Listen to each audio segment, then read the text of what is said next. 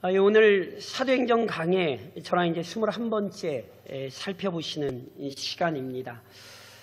사랑하는 성도 여러분, 우리 주 예수 그리스도께서는 죄인들을 구원하기 위한 하나님의 뜻에 순종하기 위하여 이 세상에 오셨습니다. 그리고 그분은 죄인들을 구원하기 위한 여러 일을 감당하셨죠. 그리스도의 성육신과 성장, 그리고 그분의 공생애, 죽음, 부활, 그리고 승천에 이르기까지 이 모든 과정은 그리스도께서 죄인들을 구원하시기 위해 반드시 감당하셔야 했던 사명입니다. 그렇다면 그리스도의 승천으로, 즉 그리스도께서 하나님 보좌 우편에 오르심으로 그리스도께서 감당하셔야 하는 모든 사명, 모든 일이 끝난 것일까요? 그렇지 않다라는 걸 저랑 사도행전에서 실은 살펴보시는 거예요. 제가 앞서도 계속 말씀드렸듯이 사도행전은 지금도 계속되는 그리스도의 사역을 증언합니다. 승천하신 우리 주 예수 그리스도께서 지금도 하나님 보좌 우편에서 그의 백성, 그의 교회를 위해 기도하십니다. 믿으시죠? 제가 항상 말씀드리잖아요. 누구 기도가 제일 세다고요? 내 기도가 제일 세다고요. 왜요? 내가 잘나서가 아니라니까요. 우리 주님께서 하나님 보좌 우편에서 지금도 그 자녀들, 특별히 지금도 이 땅에서 여러 가지로 고통받는 교회를 위해 기도하신다니까요. 그래서 우리의 기도가 능력이 있는 거예요. 또한 그의 성령을 보내사 그분은 지금도 그의 교회를 다스리고 통치하시며 인도하고 계세요. 그리고 최종적으로는 하나님께서 작정하신 때에 그분은 이 땅에 재림하사 만민을 심판하시되 믿음을 따른 자에게는 영생을, 불신을 고집한 자들에게는 영벌을 선고하실 것입니다. 이것이 기독교 신앙이죠. 이렇듯 사도행전은 그리스도의 사역이 승천으로 중단된 것이 아니라 지금도 계속되고 있다는 사실을 알려줘요. 이처럼 그리스도의 사역이 계속되고 있기에 오늘도 교회가 이 땅에서 보존되고 있는 것입니다. 물론 사도행전을 통해 또한 저랑 계속 살펴보시는 것처럼 그리스도께서 재림하실 그날까지 교회를 괴롭히는 사탄의 회방도 계속됩니다. 지난 시간에 저랑 살펴보셨잖아요. 사마리아 성에 놀라운 부흥이 찾아왔을 때 그 놀라운 부흥의 현장 속에 악한 자 시몬 역시 동참했습니다. 시몬은 복음 전도자 빌립을 기쁨으로 따랐고요. 그는 세례까지 받았어요. 하지만 시몬은 회심하지 못한 자였다니까요. 그리고 그 회심하지 못했던 자신의 악하고 부패한 본성 드러냈어요. 그래서 어떤 일이 일어나죠? 사도들에게 돈을 제시하며 성령을 팔라고 하는 정말 끔찍한 신성모독의 죄악을 저질렀지요. 제가 다시 한번 말씀드리지만 지금도 마치 성령을 인간이 다룰 수 있는 것처럼 하는 행태들 시몬과 똑같은 것입니다. 인간이 성령 하나님을 마음대로 내리고 성령의 역사를 마음대로 조작하고 성령의 능력을 자기가 마음대로 나타내고 누누이 강조해서 말씀드린 것처럼 성령 회방죄고 성령 모독죄입니다. 그렇게 성령을 자기 멋대로 해석하는 악한 무리들의 이 이단적인 가르침에 주의하세요. 다시 한번 말씀드리지만 오늘도 불신자는 교회 안에 있습니다. 그래서 교회는 언제나 깨어 있어야 합니다. 언제든 교회 안에서 신성 모독적인 행위가 일어난다는 사실을 명심하고 경계하셔야 돼요. 그래서 참된 교회는요, 언제든지 무슨 일을 만나든지 교회의 머리이신 그리스도 의지합니다. 그리고 이처럼 그리스도를 온전히 의지할 때 교회는 혼란 속에서도 그 정체성을 지킬 수 있습니다.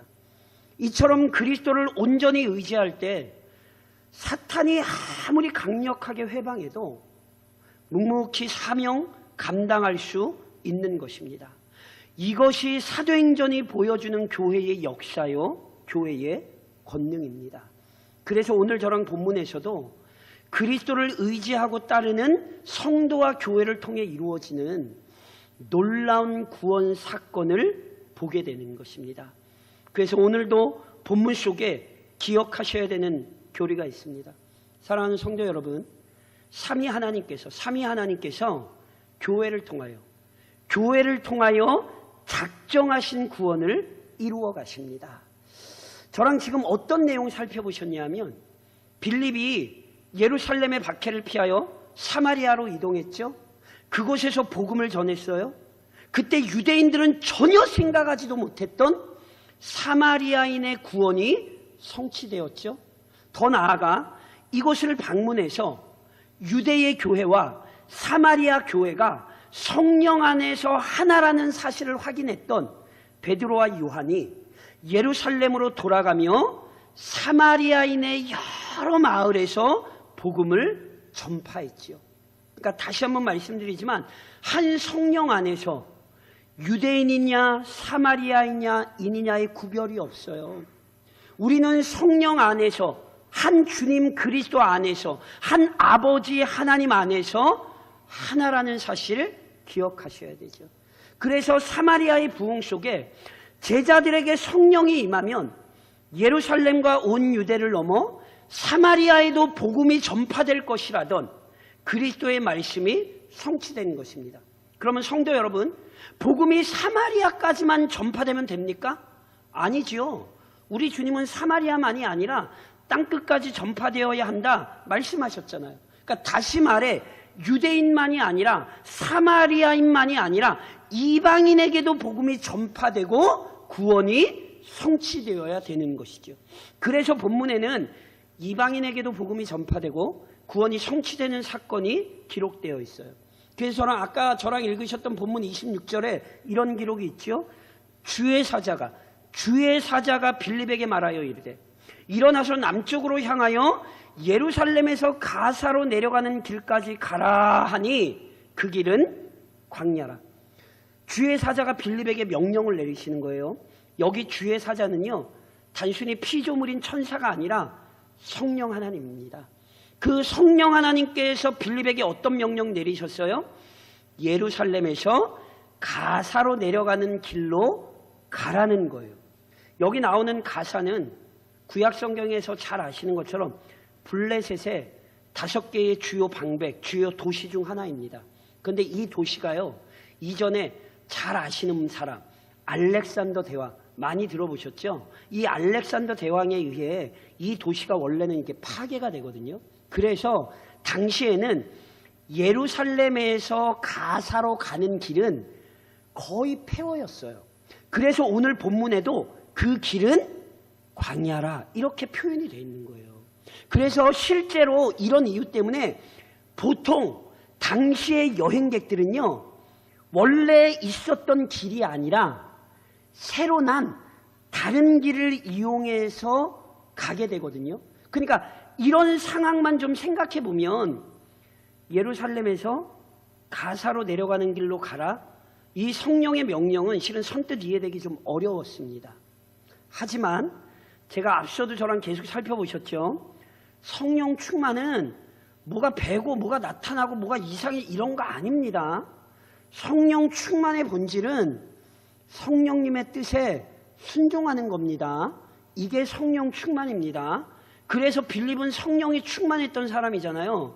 그러니까 빌립은 자기 생각을 앞세워서 이 명령 거부하거나 이 명령에 순종하는데 지체하지 않았어요.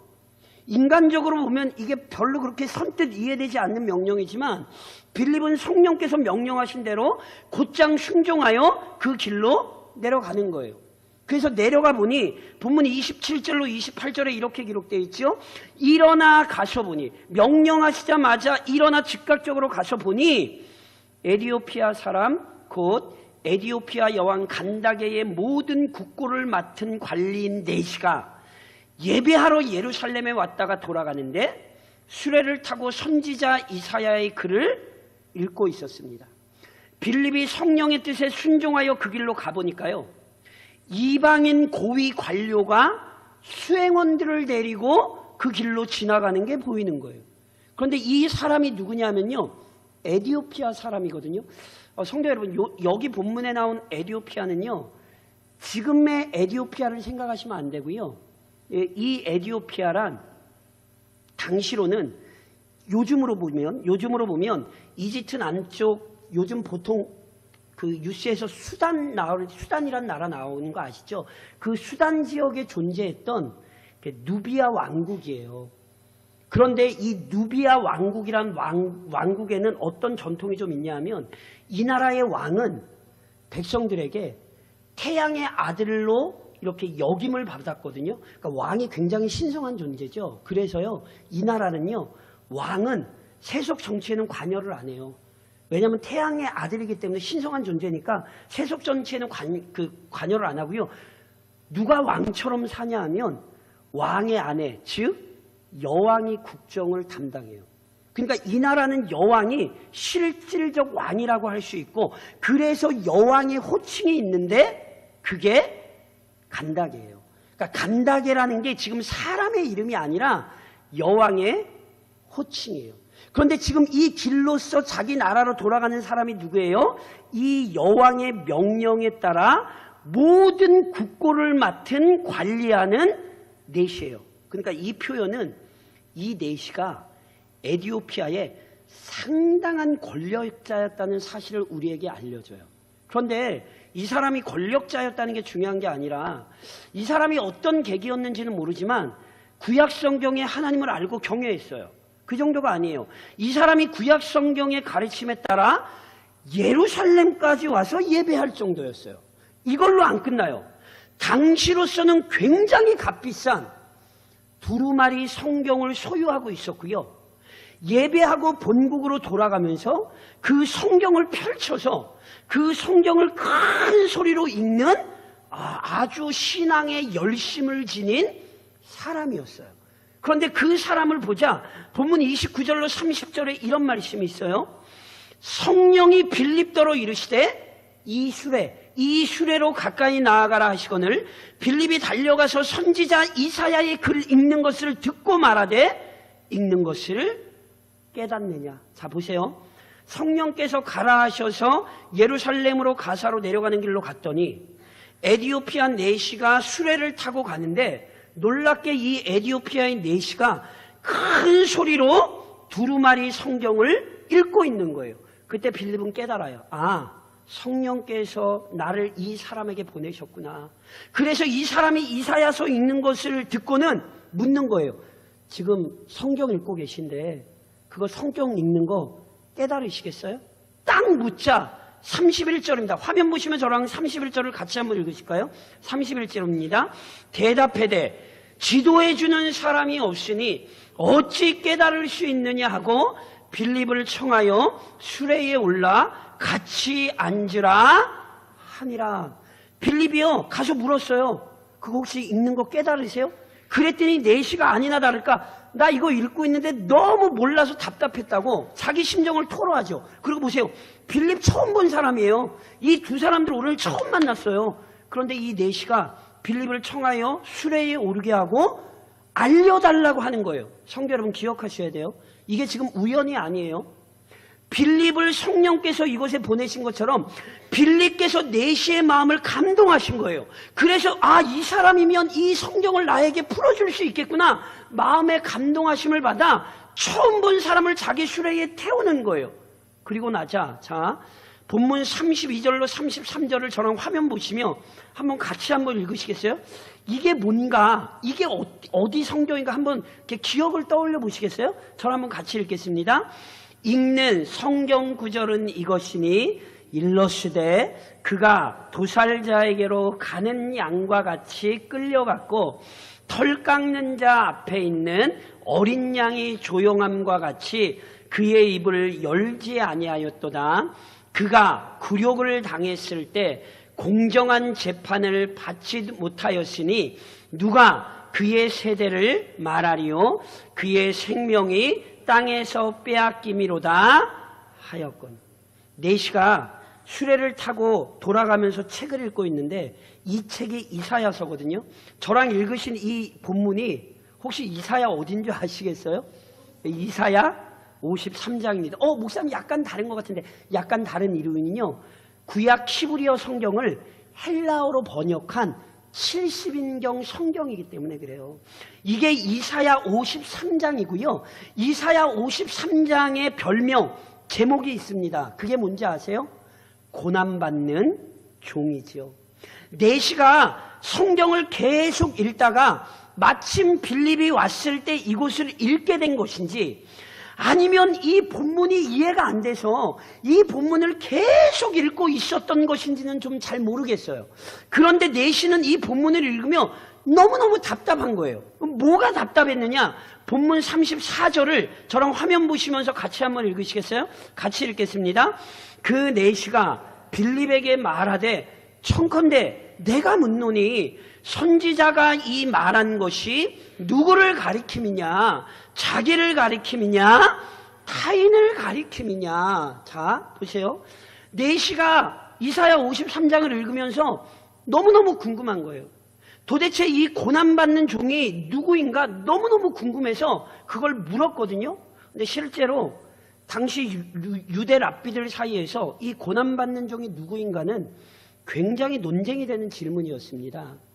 일반적으로는요, 이 고난받는 종을 내시가 지금 얘기했던 것처럼 이사야 선지자 자신이나 또는 조금 넓게는 이스라엘 민족으로 이해하는 해석의 전통이 아주 중요했거든요. 그리고 실은 본문을 이와 같은 관점으로 이해하는 건 성도 여러분 우리에게 중요합니다. 무슨 말씀이냐면 믿음의 사람 또는 하나님의 백성들이 세상 속에서 고난받게 되고 하나님께서는 이 과정에서 하나님의 뜻이 이루어지게 하는 경우가 있습니까? 없습니까?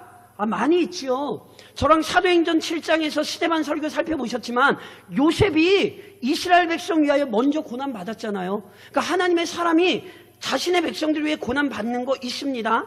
이스라엘 백성들이 열방 속에서 고난받음으로 말미암아 하나님께서 놀랍게도 이스라엘 백성의 고난을 통해 열방에 하나님의 복음이 전파되게 하셨거든요. 저랑 사도행전에서 뭐 살펴보고 계세요? 교회가 핍박과 고난을 받지요. 그런데 교회가 핍박과 고난을 받는 것이 순교자의 피가 교회의 씨앗이 됐죠. 저랑 실은 이 이사야의 예언을 그런 식으로 이해하는 관점을 가지고 저랑 실은 성경을 좀 살펴보셨어요. 그런데 제가 이번 올해 언제죠? 고난주간 때 제가 이사야 53장을 실은 새벽기도 때 특별 새벽기도에 설교를 했죠. 기억하세요? 여기 이사야가 예언했던 고난받은 종은 궁극적으로 누구입니까? 우리 주 예수 그리스도입니다. 그리고 이 위대하고 놀라운 신비를 그리스도께서 친히 이 땅에 계실 때 밝히셨어요. 마태복음 20장 28절에서 우리 주님이 이런 말씀 하셨잖아요. 인자가 온 것은, 우리 주님이 온 것은 섬김을 받으려 함이 아니라 도리어 섬기려 하고 자기 목숨을 많은 사람의 대속물로 주려 함이니라. 우리 주님이 친히 이 땅에 고난받는 종으로 오셨잖아요. 그래서 빌립은 당시 랍비들의 견해가 아니라 성경의 저자이신 성령의 지도를 받아 또한 그리스도께서 주신 가르침에 따라 이 구절을 내시에게 해석해 주는 거예요. 그래서 저랑 화면 보시면 본문 35절을 같이 한번 읽을까요? 같이 읽겠습니다. 빌립이 입을 열어 이 글에서 시작하여 예수를 가르쳐 복음을 전하니. 아멘이시죠? 빌립은 고난받는 종에서 시작하여 구약성경 전체가 증언한 예수 그리스도를 가르쳤어요. 그리스도께서 죄인들을 대신하여 고난을 받으사 구원을 이루신 것을 선포한 것이죠. 그런데요, 빌립은 이것으로 안 끝난 것 같아요. 빌립은 죄인들을 위해 고난받으신 구원자 그리스도에 대해 분명한 믿음의 태도를 보여야 한다는 사실을 강조했음이 분명해요. 그리고 이 역시 구약성경과 그리스도께서 강조하셨던 내용이거든요. 그거 아세요? 마태복음 28장 19절에 보면 이런 말씀이 있죠. 저랑 화면 보시면 한번 같이 봉독하시겠습니까? 그러므로 너희는 가서 모든 민족을 제자로 삼아 아버지와 아들과 성령의 이름으로 세례를 베풀고, 아멘이시죠? 그리스도께서 승천하시며 교회에게 믿음의 증표가 되는 세례 베풀라 명령하셨습니다. 그래서 사도들 역시 복음을 선포하며 회심을 촉구하며 세례를 강조했죠. 저랑 그래서 사도행전 2장에서도 이런 말씀을 살펴보셨어요. 베드로가 이르되 너희가 회개하여 각각 예수 그리스도의 이름으로 뭘 받고? 세례를 받고 죄 사함을 받으라. 사도들은 그리스도의 가르침에 따라 유일한 구원자 그리스도를 구주로 받아들인 증표로서 세례를 베풀었어요. 그런즉 빌립도 세례의 의미를 가르친 게 분명해요. 어떻게 아냐고요? 저랑 본문 36절로 38절을 화면 보시면 같이 읽으실까요? 같이 읽겠습니다. 길을 가다가 물 있는 곳에 이르러 그 4시간 말하되 보라 물이 있으니 내가 세례를 받음에 무슨 거리낌이 있느냐? 이제 명하여 수레를 멈추고 빌립과 내시가 둘 다 물에 내려가 빌립이 세례를 베풀고. 원래 이사야 53장에는 세례에 관한 가르침은 없어요. 그런데 놀랍게도 빌립이 복음을 전하고 그리스도를 전하며 그 그리스도를 받아들인 믿음의 증표로 빌립이 분명히 세례를 강조한 거예요. 그래서 내시가 물 있는 곳을 발견하자 세례를 받고 싶다 요청하죠. 성도 여러분, 오해하시면 안 돼요. 세례를 받아야 구원받는 거 아니에요. 제가 예전에도 많이 말씀드렸던 것처럼 캐톨릭 이단의 오류에 빠지면 안 돼요. 캐톨릭은 자신들이 영세를 베풀 때 그들에게 의로움이 주입된다고 가르쳐요. 성경 어디에도 그런 얘기 없어요. 세례 받는다고 구원받는 거 아니에요. 지난 시간에 저랑 살펴보셨잖아요. 시몬이 세례 받았어요, 안 받았어요? 세례 받았죠. 그런데 가짜였습니까, 진짜였습니까? 진짜 가짜였죠. 오해하시면 안 돼요. 이게 지금 세례를 받아야 구원을 받는다 이런 얘기하는 게 아니에요. 세례는 그리스도를 믿는 믿음을 명확히 드러내고 인치는 행위예요. 그래서 내시는 자기의 믿음을 명확히 밝히고자 세례를 요청했고 빌립이 세례를 베풀죠. 그래서 뭐가 분명해진 줄 아세요? 그리스도를 통한 구원이 이방인에게 임하였음을 이게 지금 공식화하는 거예요. 오직 그리스도를 믿는 믿음으로 유대인도 구원받고 사마리아인도 구원받고 이방인도 모두 차별 없이 구원받는다는 사실을 오늘 이 사건이 우리에게 입증하는 거지요. 그리고 성령께서는 이 위대하고 놀라운 구원의 계획을 이루시려고 빌립을 이 이방인에게로 이끄신 거예요. 그래서 보세요. 오늘 본문 39절에 이 사건이 끝나자 본문 39절에 이렇게 기록되죠. 둘이 물에서 올라올새 주의 영이 빌립을 이끌어간지라. 내시는 기쁘게 길을 가므로 그를 다시 보지 못하니라. 빌립과 내시가 서로 아무 아쉬움이 없이 헤어지죠. 어떤 의미에서 이렇게 귀한 일을 했는데 이렇게 서로 모르는 사람처럼 각자 길을 가? 이렇게 생각하시면 안 돼요. 오늘 이 만남이 왜 있었는가를 성경이 실은 설명하는 거예요. 빌립은 성령의 가르침, 인도하심에 따라 내시에게 와서 복음을 전하며 세례를 베푼 이후에 다시 성령께서 이끌어 가시는 곳으로 간 거예요.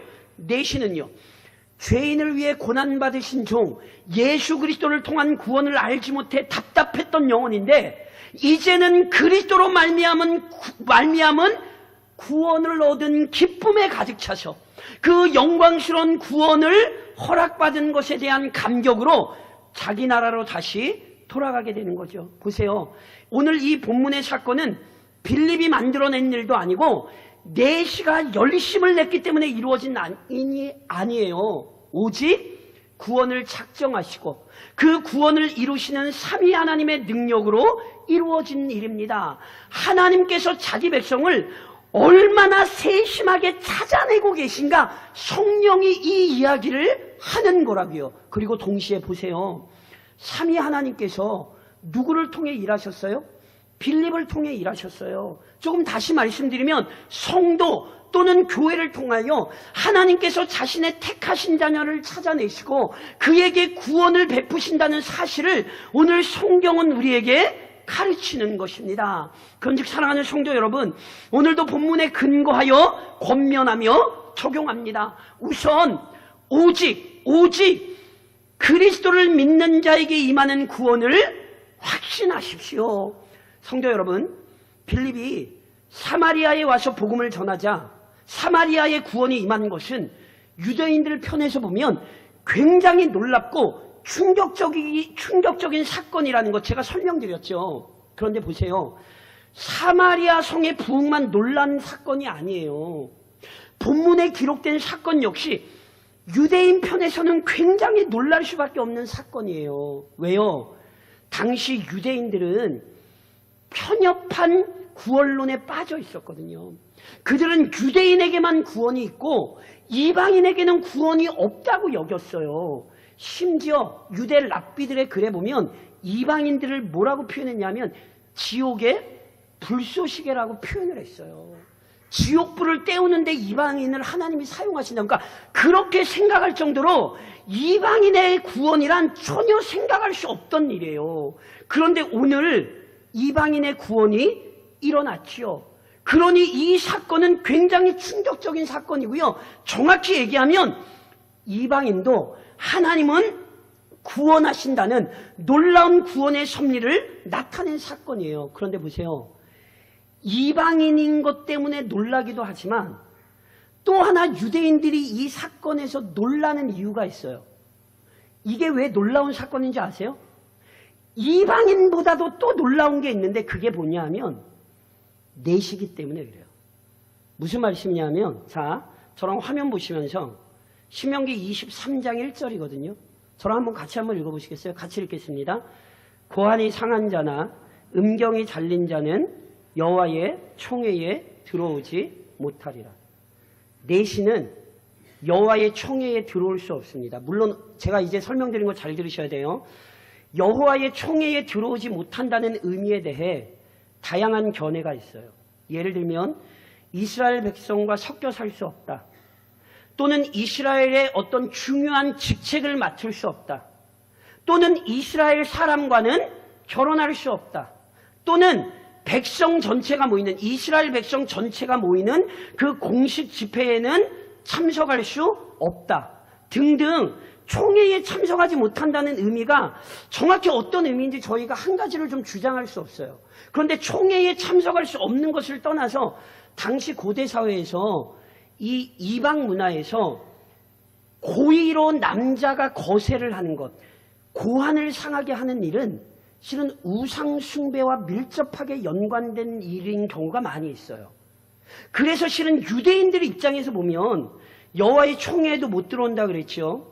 때로는 이게 우상 숭배와 연관되죠. 그렇기 때문에 내시는 구원받지 못할 사람 중에 탑 중에 탑이에요. 그러니까 구원받지 못할 자가 있다면 이방인 내시예요. 물론 제 얘기를 잘 들으셔야 돼요. 성경의 생각과 달라요. 아까도 말씀드렸던 것처럼 여호와의 총회에 들어오지 못한다는 게 구원 못 받는다는 의미는 아닙니다. 결정적인 증거를 하나 들어드릴까요? 이사야 56장 4절로 5절에 보면 이런 말씀이 있어요. 저랑 화면 보시면 함께 읽으실까요? 같이 읽겠습니다. 여호와께서 이와 같이 말씀하시기를 나의 안식일을 지키며 내가 기뻐하는 일을 선택하며 나의 언약을 굳게 잡는 고자들에게는 내가 내 집에서 내 성 안에서 아들이나 딸보다 나은 기념물과 이름을 그에게 주며 영원한 이름을 주어 끊어지지 아니하게 할 것이며. 아멘이세요? 아멘 아니셔도 이건 하나님의 말씀이에요. 하나님께서는 사람의 자격과 조건에 근거하여 구원을 베푸시는 게 아니라 하나님께서 주신 언약의 말씀을 굳게 붙드는 자에게 은혜를 베푸시고 구원을 허락하시죠. 여기 지금 하나님께서 주신 언약의 말씀이란 신약적인 표현으로 바꾸면 그리스도를 통한 구원이에요. 그런즉 보세요. 그가 비록 이방인이라도 심지어 내시라도 그리스도를 믿으면 구원을 얻습니다. 이게 성경의 가르침이고 이게 하나님께서 행하시는 일이에요. 그러니까 보세요. 오늘 본문의 사건은요.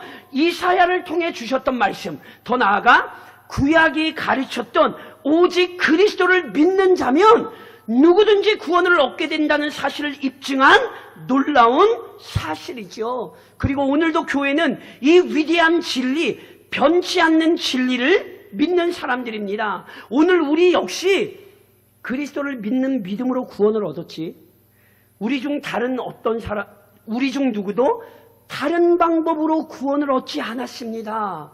이 사실을 놓치시면 안 돼요. 그리고 이 사실을 언제나 굳게 붙들고 사십시오.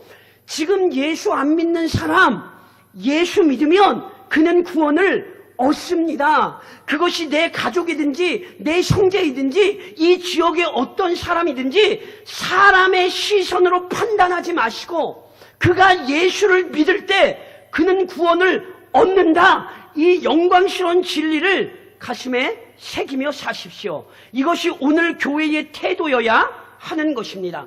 동시에 작정된 구원을 성취하는 도구가 되기를 간구하시고 이 일을 위해 헌신하십시오. 이 성경의 역사를 잘 보셔야 돼요. 빌립은 박해를 피하여 예루살렘을 떠나야 됐거든요. 그래서 박해를 피해 사마리아로 갔어요. 그런데 알고 보니 도망쳐갔던 사마리아가 빌립이 복음을 전해야 했던 곳입니다. 놀랍죠? 또한 빌립은 인적이 드문 길로 가라는 성령의 명령, 성령의 이 가르침, 명령에 순종하여 그 길로 갔거든요. 그랬더니 성령의 뜻에 순종하여 그 길로 갔더니 생각하지도 못했던 사람을 만났는데 알고 보니 하나님께서 구원을 작정하신 이방 사람이었죠. 그래서 빌립이 복음을 전했을 때 처음 본 그 이방 사람이 구원을 얻었습니까? 안 얻었습니까? 얻었죠. 이 사건을 잘 보셔야 된다니까요. 이게 끝이 아니에요. 화면 보시면 본문 40절을 저랑 한번 같이 한번 읽어보시겠어요? 본문 40절에 이렇게 기록되어 있죠. 같이 읽겠습니다. 빌립은 아소도에 나타나 여러 성을 다니며 복음을 전하고 가이사랴에 이르니라. 보세요. 여기 아소도가 어딘지 아세요? 구약의 단어로는 아스돗이에요.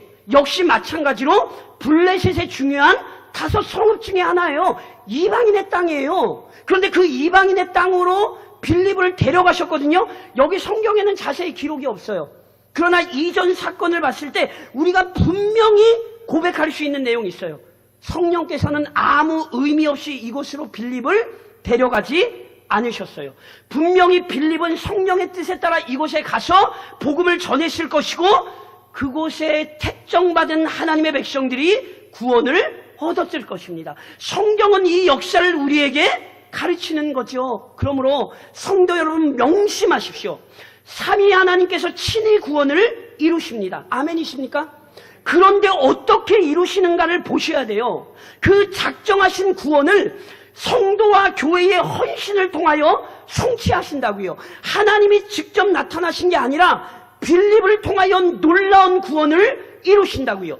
인간적인 관점으로서는 전혀 생각하지 못했던 구원이 성도와 교회의 헌신을 통해 성취되고 있죠.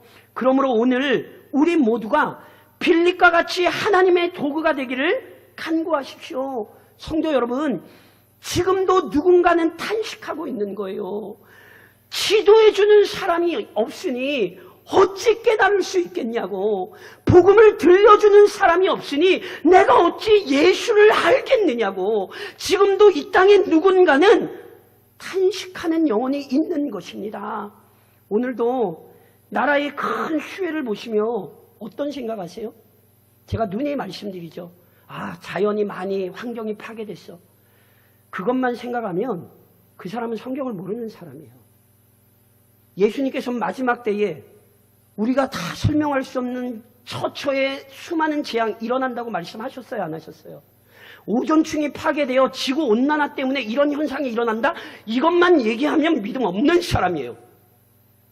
우리 주님 말씀하신 대로 때가 돼가고 있구나. 우리 주님 말씀하신 대로 우리 주님 속히 오시겠구나. 지하 주차장에 물이 차서 인생이 끝나는 것, 어제 누가 그 생각을 하고 이 땅을 살았겠습니까? 오늘 우리가 그런 생각을 하고 삽니까? 성도 여러분, 우리는 그 생각해야 됩니다. 예수님이 도적같이 언제든지 임하신다. 내 인생이 도적같이 끝난다. 그 사실 기억 못하면 그 사람은 성경 모르는 사람이에요. 그래서 오늘도 우리는 이 땅에서 그리스도의 재림을 간절히 기다리며 오늘 우리 주변에 있는 영혼이 갑자기 어떤 일을 닥칠지 모른다는 그 사실을 인식하고 오늘도 영혼에 대한 간절함을 가지고 사셔야 되는 거예요. 지도해주는 사람이 없으니 어찌 깨달을 수 있겠는가? 영혼의 탄식하는 자들 찾아가서 그 영혼의 탄식을 해결할 수 있는 그리스도 전해야 합니다. 그러니 이번 한 주간도 복음을 듣지 못해 방황하고 그리스도를 알지 못해 괴로워하는 자들을 찾아가십시오. 우리를 통해 하나님의 놀라운 계획이 이루어지도록 열심히 헌신하고 충성하시기를 우리를 구원하신 주님의 이름으로 권면드립니다.